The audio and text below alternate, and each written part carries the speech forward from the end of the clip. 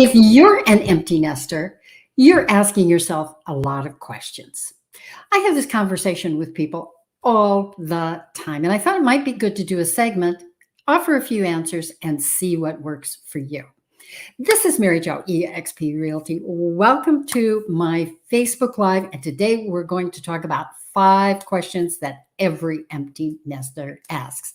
Before we do that, I'd love to have you sign up below so I can stay in touch, or you can be in touch with me.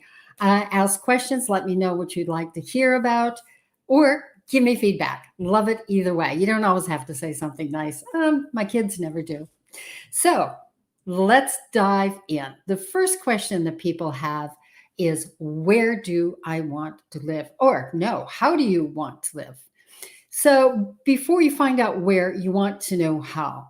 So you're living in a house with 4 bedrooms, 2 bathrooms, 2-car garage, the dog died, the kids left. You've got a half an acre of lawn that needs mowing. Of course, the kids will come back to visit, but they're not going to mow the lawn. And they'll probably be there for a couple days, hit and run. So how you want to live comes before the where, because it's the lifestyle that determines where you can make that happen.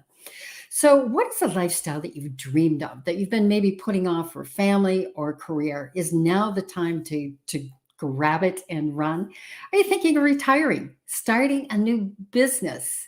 Of traveling, entertaining friends? Maybe you want to do a year as a roadie. Just pack it up, put it in a little teardrop, take off across the country for a year and see how you like that. Or you're thinking lock and leave in the winter, go to Florida, Arizona, or someplace warm. Or is cultivating a rain garden that would be the envy of every master gardener that you know? You have so many choices.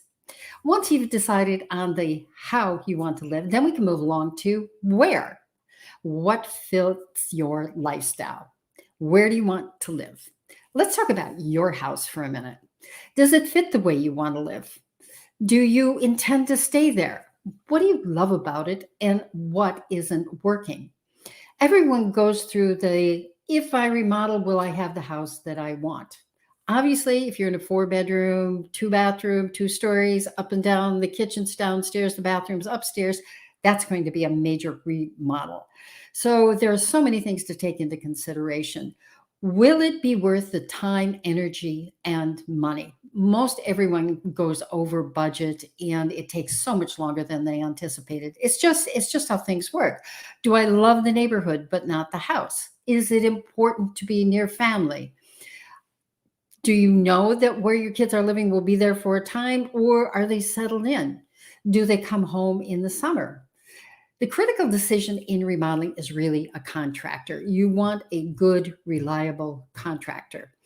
A past client of mine just called. She was working with the kitchen. She handed him $10,000 in cash, and guess what?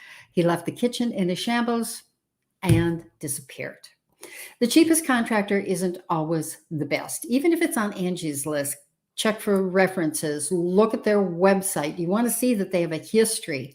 And if they've been there for 5 minutes, maybe they're not so reliable. Remodeling always takes longer and more dollars than you were hoping. But it's important, will it give you the house you want? And think about, where will you be living during renovation? Almost always the kitchen is ripped up and you don't have a kitchen for a couple months at a time.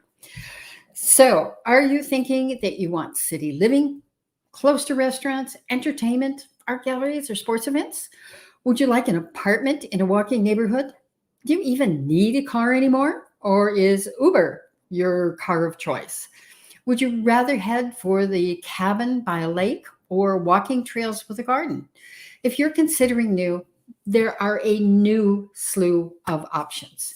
A number of builders are offering single level living. Do you prefer traditional, modern, high energy, even net zero energy? The 4 homes here are all local builders. This one is MI Builders. They're a national builder. They build across the country. The one just previous to this is a local builder, and they are building with SIPs. It's high energy. This home is Green Halo out in Woodbury or Stillwater, sorry. And it is a SIPs net zero ready home. Single level living with a full basement. There are so many options. A couple of years ago, there were really slim pickings on net zero ready and single level living homes in new construction. Well, it's just the alternative was the 1953 Rambler that really did need a remodel. But now there are a slew of options coming up. The most heralded is the Highland Bridge development in the old Ford plant. This is a wow. The plan is transforming 55 acres, adding 150,000 square feet of retail and shops, 3,800 residential units, and there is a solar array planned, minimal sustainable requirements to building. This is beyond the basic green path. This is more sustainable, more solar, not net zero ready, but they would prefer the closer, the better. Some of these will be rental buildings, some townhomes. Pulte already has a model of 4 homes under construction right now. There will be single families along the water. They're recommending a choice of 5 builders. And all 5 builders are top-notch builders known for sustainability, beautiful design, and energy efficiency. The most known of those is Sustainable 9 Design Build, who is building minimalist, high energy homes several years before they became popular. So now there are others that follow them, but they don't do the same quality of design as Sustainable Building or Sustainable 9 Design and Build. There are also going to be 4 city-owned parks and a water feature. So this is a huge, one of the largest planned developments in the Twin Cities forever. It's under construction right now, and I was lucky enough to be invited to see where it is. So the little video you just saw was a construction, and it shows the water feature is in and where other pieces will be put in. Renting won't be available until next spring, and other homes will be under construction. So let's estimate it'll probably take about 3 years for it to be fully developed. What's interesting is the history of the Ford plant that was there before. I didn't know much about it. Henry Ford wanted that site and that site alone because 180 feet underneath was a silt that he could use to make glass for the car windows. So he could manufacture the cars on the main level. I don't know how he got them, some sort of elevator that he did to get them down to 180 feet, install the windows, and from there, slip them on a barge. So down the Mississippi for distribution across the country. It's a perfect site for distribution in the 1920s through the 1950s. So now it's being completely redeveloped by the city of St. Paul, and Ryan Construction is in charge of the development of the property. So there are several other developments coming up. Chanhasen's working on Avienda, which is going to be 160 some acres of mixed use. Shopping, commercial, residential, with an emphasis on empty nester needs. Here's a diagram. It's in the planning stages. They're not digging yet. But what's really interesting is 160 acres is pretty massive. Those are big numbers. And I think they're going to be 150 some single units, or it's mixed use. I really don't have good numbers on that. But what's also interesting, there are other developments that are coming up. Cove in Long Lake, Pearl Garden in Plymouth, Villas of Medina, Shores of Waconia are just a few in the western suburbs. And yes, the Shores of Waconia is going to be built on the shore. There are other developments in there that are townhouses association, and the people in the association do have dock access. So I'm guessing that there will be some water or dock access with the Shores of Waconia as well. Most single-level living homes have an open floor plan. Kitchen is the principal part. It moves into a dining area, blends into a living room. There's a master suite and master bath, excuse me, and maybe one other bedroom on the main floor. And usually the bedroom or the basement is built out with another bedroom and a large family room. So if you're working with a national builder, you'll get a menu of decisions: column A, column B, column C. And the thing with the national builders, they're called production builders because they do massive production across the country. They pre-purchase materials which will limit your choices because they've already bought them and in segments. So obviously they get better pricing on that and they can price those discounts along to the buyers. So if you're working with a custom or semi-custom, you dictate the style and what that's about. This is an MI kitchen. And if you notice, yes, it's a white kitchen. It's very modern in looking, but still has some traditional accents. It's a white kitchen with black accents and obviously the brushed aluminum or brushed steel. This is what's called a Japandi or a Scandi kitchen. It takes elements from Scandinavian design and the Japanese design, and they have a lot in common. They're very simple, they're very clean looking. So, you can take some of those elements, and the green is, that's Scandinavian and Japanese because they both honor green living. So this is from Dane, and they do a more traditional design. They are building a group of townhomes targeting empty nesters in Edina, and I think they will have a total of 10 available. There are 4 right now, so you can see this is a nice white kitchen blending into the dining room, which moves right into the living room, a full basement on this. This is a Japandi kitchen by Anchor Builders. And you can see the design is very linear, black, warm woods, lots of windows where you see lots of green. It gives you, it's not exactly a Japanese tea house, but it makes you feel like you're in open spaces and it's a very controlled environment. So those are a few of the ideas. So log off of HGTV, sit down, look at Pinterest, put a few boards together and decide, how do you really want to live? And every builder will have a personality and a style. So you want to find a builder that meets your style and your price point. So there are lots of options coming up. And if you can't find someone, give me a call and we'll review a couple of builders. I might have some choices for you. So we looked at the kitchen photos. So you do want to work with a builder and their design team. And the reason is they can help you decide where to splurge and where to economize. Otherwise, you can rack up an extra $60,000 in a Kardashian moment of excitement and then later regret it. The kitchen's where you spend your most money, and obviously you know that. So if you're not really into being a real cook, don't splurge on a high-end stove. But do consider a steam convection oven. They're usually smaller, and if you've never used one, I guarantee you'll love it. You can steam your leftovers, or you can even cook with steam, and then the convection can crisp it. So it's like a combination of an air fryer, convection, steam, or air fryer came from convection. But it's not, if you put your leftovers in the microwave, what happens? Oh, you get a piece of salty leather. It's awful. Steam keeps it nice and moist, and convection can crisp it. You don't have to use both. You can get just a steam oven. You can get just a convection oven. But if you're not really into cooking, those are some better, more economical choices that you could make.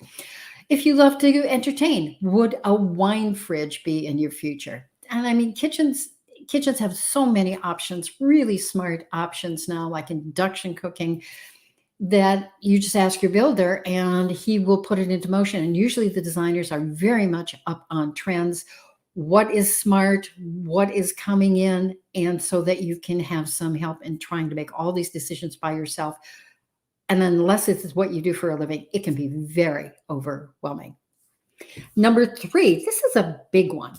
How do you buy and sell at the same time without losing your mind? And I know that selling your house is hard. It totally sucks. I know that. So let's take the suck out of it. You have options. I have a sell, stay, and search program.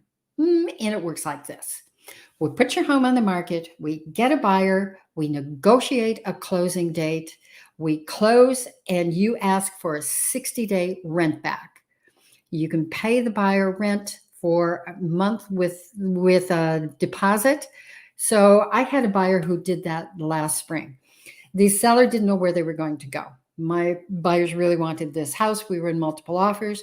Because they said they would give a rent back to the seller, they chose our offer. It wasn't the highest price.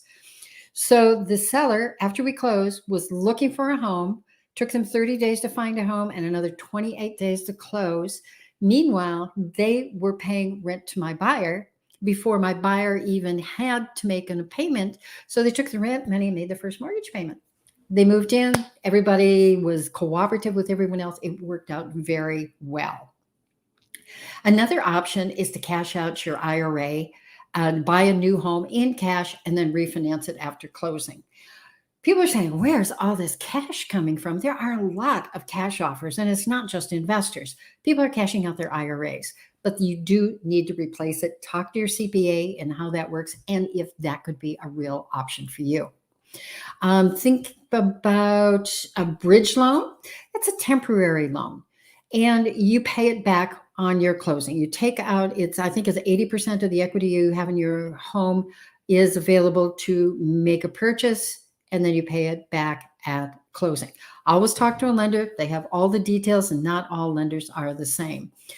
And another option is, just say in the purchase agreement, seller to find and negotiate home of choice, and do your closing that way. And the biggest fear is you'll have to move twice, and that's just a pain in the neck. So sell and stay. Then you do your search. It's a new option, not totally new, but it is one that is more available than it was before. So, question number 4, is Minneapolis and St. Paul a good place to retire? And of course it is. Listen to this. Minneapolis, the city of lakes, got number 5 by NerdWallet for 2021 as being the best places to live. So listen to this. To help Americans plan an affordable retirement while maintaining the best quality of life, Wallet Hub compared retiree friendliness with more than 180 U.S. cities across the country with 48 metrics. They don't tell you what the metrics are. Their data set ranges for cost of living to retired taxpayer friendliness in the state of the infrastructure. Minneapolis is number 5. And we're only at that number because of the weather. Otherwise, we could easily be number 1. Money Magazine always cites suburbs in Minneapolis as among the top 5 places in the country to live. So in spite of the weather, Minneapolis boasts hundreds of art galleries in the Northeast Arts District, art crawl in St. Paul, chain of lakes, outdoor sports all year round, 6 colleges besides the U of M, and both Minneapolis and St. Paul are foodie towns, if you haven't noticed, and there's always a fun new place to discover. Okay, so the big one, the hard one, what do I do with all my stuff? You know your kids don't want it, don't you? This is the hardest part, what to keep, what to divest. Every single seller that I've ever talked to asks, where did all of this come from? How did it get in my house? Marie Kondo has started a countrywide cleanout, and thrift stores are stocked to the gills until next year. It can get really emotional sorting out your keepsakes, your memories, your forgotten memorabilia. You might need some help. I was working with a very elderly lady whose basement was totally stocked with all of her valuables. So I said, Elsie, would today be a good day and sort out the basement? Nope, it's time for my nap.